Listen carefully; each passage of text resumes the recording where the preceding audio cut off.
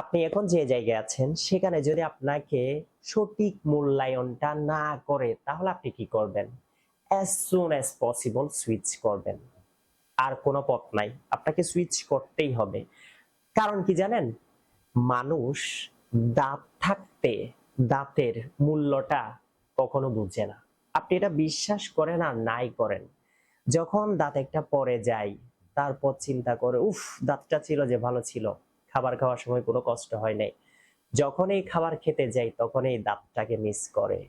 ঠিক সেরকমই আপনি যখন ওই কোম্পানি থেকে অন্য একটা জায়গায় চলে যাবেন তখন ওরা প্রতি পদে পদে বুঝতে পারবে আপনার শূন্যতাটা কি জিনিস। বাট এখন বুঝবে না, কারণ মানুষ দাঁত থাকতে দাঁতের মূল্যটা বুঝে না।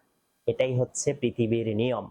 সো আপনাকে যে কাজটা করতে হবে, আপনি যেই অফিসটাতে আছেন ওখান থেকে সুইচ করেন, নতুন একটা জায়গায় চলে যান।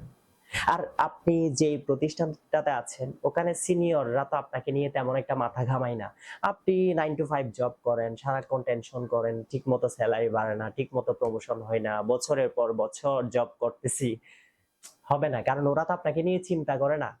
ওরা দিন শেষে চিন্তা করে ওদেরকে নিয়ে। সো ওরা আপনাকে নিয়ে তেমন একটা চিন্তা করে না। তো আপনি চিন্তা করলে তো হবে না, আপনাকে অ্যাকশন নিতে হবে। আপনি সুইচ করেন, নতুন একটা জায়গায় যান, তারপর দেখবেন ওই নতুন জায়গাটাতে আপনাকে যথেষ্ট মূল্যায়ন করবে। সুতরাং যত দ্রুত সম্ভব সুইচ করেন। Something great is waiting for you. Best of lakh.